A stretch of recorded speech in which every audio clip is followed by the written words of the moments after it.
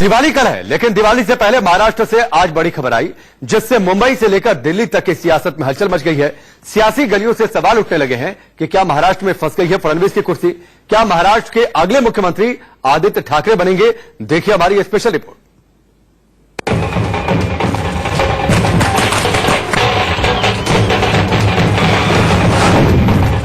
महाराष्ट्र में मचा शोर, 50-50 फॉर्मूले पर जोर।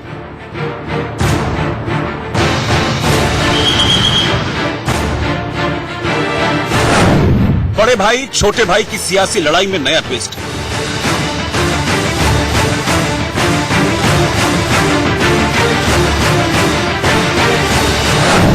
शिवसेना ने खेला बड़ा दांव, बैकफुट पर बीजेपी।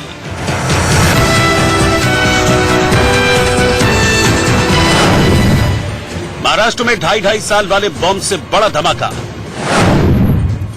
पहला सीएम किसका, बीजेपी या शिवसेना का?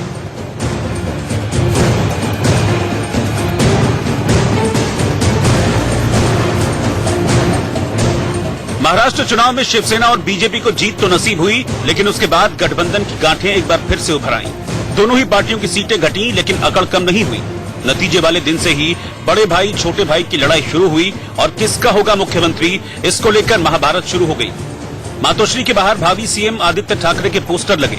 शिवसेना 50-50 वाले फॉर्मूले पर अड़ गई, मतलब 2.5 साल शिवसेना के सीएम और 2.5 साल बीजेपी के सीएम। मुंबई में शिवसेना की मातोश्री में नए विधायकों के साथ मीटिंग हुई, जिसमें महाराष्ट्र सरकार बनाने के लिए 50-50 के फार्मूले को एक बार फिर से उछाला गया। महाराष्ट्र में सीएम पद को लेकर शिवसेना ने इस बार बीजेपी से लिखित आश्वासन मांगा है। बैठक में सिल्लोड के विधायक अब्दुल सत्तार ने कहा कि वो आदित्य ठाकरे को मुख्यमंत्री के रूप में देखना चाहते हैं।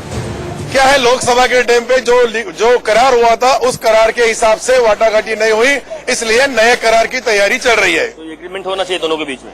हो सकता है, क्या फर्क पड़ता है राजकारण के अंदर, एग्रीमेंट या नया नॉन एग्रीमेंट, ये दो चीजें होती है। टूटी परीक्षा में आदमी भूल जाता है, लेकिन ख्याल में रहता है। पार्टी के अंदर मांग उठी तो शिवसेना ने ये शर्त अमित शाह और फडणवीस के सामने रख दी कि जुबानी वादे भर से काम नहीं चलेगा और लिख कर देना होगा। सूत्र बताते हैं कि इसको लेकर अमित शाह और उद्धव ठाकरे के बीच बातचीत भी हो गई है और अमित शाह इसके लिए तैयार भी हो गए हैं, लेकिन सवाल ये है कि किसका होगा पहला सीएम, बीजेपी या शिवसेना का? दरअसल मातोश्री की बैठक में ये साफ साफ कहा गया कि बीजेपी और शिवसेना ने गठबंधन के दौरान तय किया था कि राज्य में पहले 2.5 साल शिवसेना का मुख्यमंत्री होगा और इसके बाद अगले 2.5 साल बीजेपी का सीएम होगा। शिवसेना की मीटिंग में आज ये फैसला हुआ है कि आदरणीय उद्धव जी ठाकरे साहब को हमने सारा अधिकार दिया है।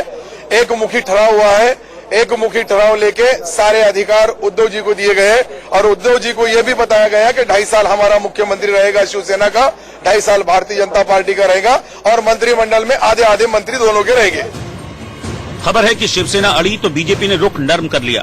कहा तो ये जा रहा है कि अमित शाह ने इस मांग पर मोहर लगाकर पूरे विवाद को विराम देने की पहल की। अगर इसी फॉर्मूले से सरकार बनी तो आदित्य ठाकरे महाराष्ट्र के अगले मुख्यमंत्री होंगे। वो ठाकरे खानदान के पहले नेता हैं जिन्होंने पहली बार विधायकी का चुनाव लड़ा और पहली ही बार में मुख्यमंत्री पद के दावेदार बन गए। सवाल यह भी उठता कि अगर आदित्य ठाकरे पहले 2.5 साल के लिए मुख्यमंत्री बन जाते हैं तो देवेंद्र फडणवीस क्या करेंगे, जिनके नेतृत्व में महाराष्ट्र में दूसरी बार भाजपा ने सबसे अधिक सीटें जीती हैं, जिन्होंने गठबंधन सरकार का महाराष्ट्र में 5 साल तक नेतृत्व किया है, जो आदित्य ठाकरे को अपना छोटा भाई मानते हैं। क्या वही देवेंद्र फडणवीस आदित्य ठाकरे के मातहत काम कर पाएंगे? महाराष्ट्र चुनाव में इस उठापटक की भूमिका तो चुनाव प्रचार के दौरान ही बननी शुरू हो गई थी। नेताओं ने चुनाव प्रचार के दौरान ही कहना शुरू कर दिया था कि इस बार शिवसेना का सीएम होगा और जब जीत मिली तो यही तेवर आक्रामक हो गए। आपको बता दें कि महाराष्ट्र के इस चुनाव में सबसे चर्चित और युवा चेहरा आदित्य ठाकरे का ही है। आदित्य ठाकरे ने महाराष्ट्र में चुनाव लड़कर ठाकरे परिवार की परंपरा को बदल डाला। शिवसेना के 53 साल के इतिहास में न तो पार्टी संस्थापक बाला साहब ठाकरे और न ही उनके वारिस उद्धव ठाकरे कभी चुनाव लड़े, मगर सियासी व्यवस्था संभालने का जब मौका आदित्य के पास आया तो उन्होंने नई रणनीति बना ली है। आदित्य वर्ली सीट से चुनाव जीत भी गए और यहीं से सभी की निगाहें उन पर टिक गई और इसके बाद शुरू हुआ सीएम पद को लेकर विवाद। विरोधी तो मानो इसी मौके की तलाश में थे। शरद पवार ऊपर से ये कहते रहे कि बीजेपी शिवसेना को समर्थन का सवाल ही नहीं, और उधर उन्हीं के पार्टी के नेता छगन भुजबल ने आदित्य को सीएम बनाने का दांव चल दिया।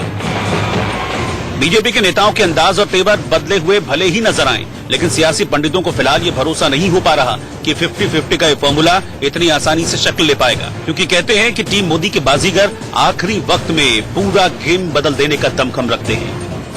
मुंबई से अभिषेक शर्मा के साथ bureau report, India news. Maharashtra के बाद अब हम आपको हरियाणा के सियासी हलचल की इनसाइड स्टोरी दिखाते हैं, जहां पिछले 24 घंटे में सियासी हवा काफी तेजी से बदल गई है। अमित शाह के मास्टर स्ट्रोक ने कांग्रेस की सारी खुशियां छीन ली।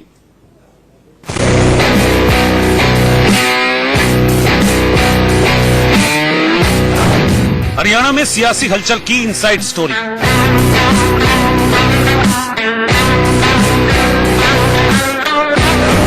बीजेपी जेजेपी के बीच आज कहां पकी खिचड़ी।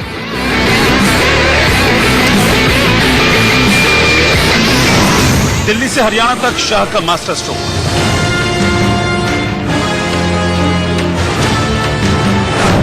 कल खट्टर बनेंगे दोबारा सीएम, हाथ मलती रहेगी कांग्रेस।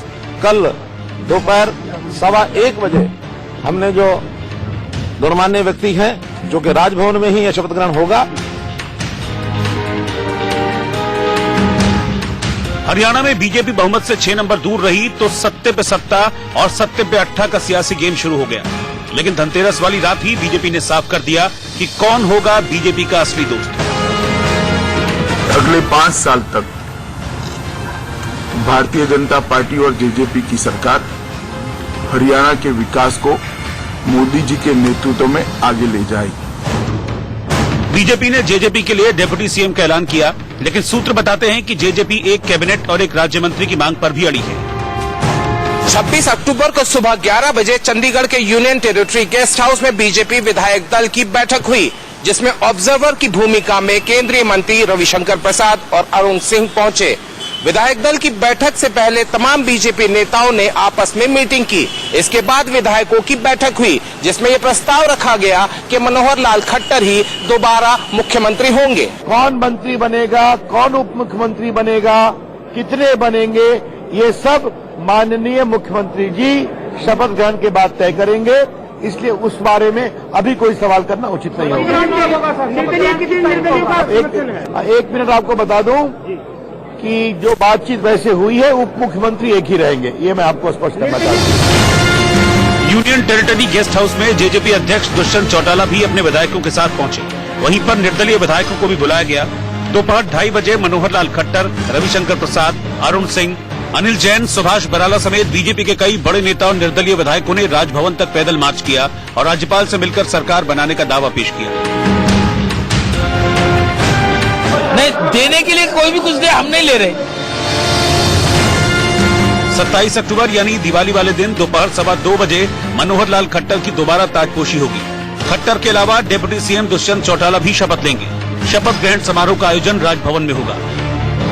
कल दोपहर 1:15 बजे हमने जो गणमान्य व्यक्ति हैं, जो कि राजभवन में ही यह शपथ ग्रहण होगा, इसलिए बड़ा कार्यक्रम न करके जो हमारे विधायक, सांसद, उनके साथ या पार्टी के हमारे लोग, ऐसे सब लोगों को यहां निमंत्रण देकर के बुलाया है। हरियाणा में सरकार बनाने का फॉर्मूला बन चुका है। सीएम और डिप्टी सीएम के शपथ ग्रहण में कुछ घंटे ही बचे हैं, लेकिन हरियाणा बीजेपी के कुछ बड़े नेता इसे मजबूरी का गठबंधन बता रहे हैं। ये हमारे नेताओं ने तय किया है, हम बड़ा ग्रुप है इसलिए हमारे मुख्यमंत्री बनेंगे, और वो उनका छोटा ग्रुप है, उनका डिप्टी सीएम बनेंगे। वो डिप्टी सीएम किसको बनाते हैं, ये जेजेपी के ऊपर है। मजबूरी वाली बात कुछ हद तक सही भी है, क्योंकि हरियाणा ही नहीं, महाराष्ट्र में भी बीजेपी एडजस्टमेंट के मोड में है। जो बीजेपी पिछले 5 साल में आक्रामक राजनीति करती रही, अपने फॉर्मूले पर गठबंधन की गाड़ी चलाती रही, लेकिन महाराष्ट्र और हरियाणा चुनाव के नतीजों के बाद पहली बार बीजेपी साथियों के समझौते पर चल रही है। चंडीगढ़ से दीपक शर्मा के साथ यतेंद्र शर्मा, दिल्ली, इंडिया न्यूज।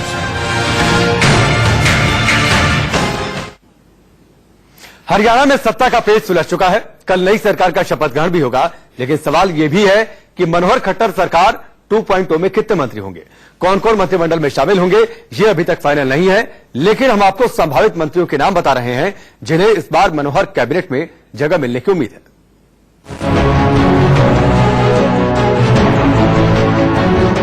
हरियाणा में सीएम और डिप्टी सीएम के नाम हैं और दोनों दिवाली वाले दिन शपथ ग्रहण भी करेंगे। लेकिन प्रदेश समेत पूरे देश की जनता जानना चाहती है कि कौन कौन से विधायकों को मंत्री पद मिलेगा और वो हैवीवेट कहलाएंगे। संभावित मंत्रियों की लिस्ट में सबसे पहला नाम है अनिल विज का। अंबाला कैंट से विधायक चुने गए अनिल विज हरियाणा में बीजेपी का पंजाबी चेहरा है। 66 साल के अनिल विज छठी बार विधायक बने हैं और पिछली सरकार में भी कैबिनेट मंत्री रहे। संभावित मंत्रियों की लिस्ट में दूसरा नाम है डॉक्टर बनवारी लाल। डॉक्टर बनवारी लाल रेवाड़ी से विधायक हैं। पिछली सरकार में राज्य मंत्री रहे और वो जनसेवा के लिए फ्री प्रैक्टिस करते हैं। संभावित मंत्रिमंडल की सूची में सीनियर लीडर कंवरपाल गुर्जर का नाम भी है। कंवरपाल जगाधरी से विधायक हैं। 1990 से संगठन से जुड़े हैं और पिछली सरकार में विधानसभा अध्यक्ष रहे। फरीदाबाद से जाने माने गुर्जर चेहरा राजेश नागर को भी मंत्रिमंडल में जगह मिल सकती है। राजेश नागर तेगांव से विधायक हैं। संभावित मंत्रिमंडल में अगला नाम हो सकता है सीमा त्रिखा का। सीमा महिला होने के साथ पंजाबी चेहरा है। बड़खल से विधायक चुनी गई हैं। पिछली सरकार में कुछ दिनों के लिए सीपीसी थी। मुख्यमंत्री के राजनीतिक सचिव रहे दीपक मंगला भी मंत्री बनाए जा सकते हैं। मंगला पलवल से पार्टी का वैश्य चेहरा है और बीजेपी के प्रदेश महामंत्री भी रहे हैं। हिसार से दूसरी बार विधायक बने कमल गुप्ता को मंत्री पद मिल सकता है। कमल गुप्ता की पहचान पार्टी के वैश्य चेहरे के तौर पर है। गुरुग्राम से विधायक चुने गए सुधीर सिंगला को भी मंत्रिमंडल में जगह मिल सकती है। सुधीर पार्टी के जिला उपाध्यक्ष हैं और आरएसएस से जुड़े रहे हैं। वो पूर्व मंत्री सीताराम सिंगला के बेटे हैं। खट्टर सरकार 2.0 में मंत्रियों की रेस में अभय सिंह यादव भी हैं। अभय सिंह यादव नांगल चौधरी से लगातार दूसरी बार विधायक बने हैं। वो पूर्व आईएएस अधिकारी हैं और अहिरवाल वोट बैंक पर पकड़ रखते हैं। इसके अलावा बल्लभगढ़ से दूसरी बार विधायक चुने गए मूलचंद शर्मा को भी मंत्रिमंडल में जगह मिल सकती है। मूलचंद ब्राह्मणों का बड़ा चेहरा माने जाते हैं। इन सब के अलावा लीलाराम गुर्जर, घनश्याम सर्राफ, विशंबर वाल्मीकि, महिपाल ढांडा, कमलेश ढांडा, ओपी यादव और कृष्ण मिड्डा का नाम भी मंत्रियों की रेस में चल रहा है। Bureau report, India news.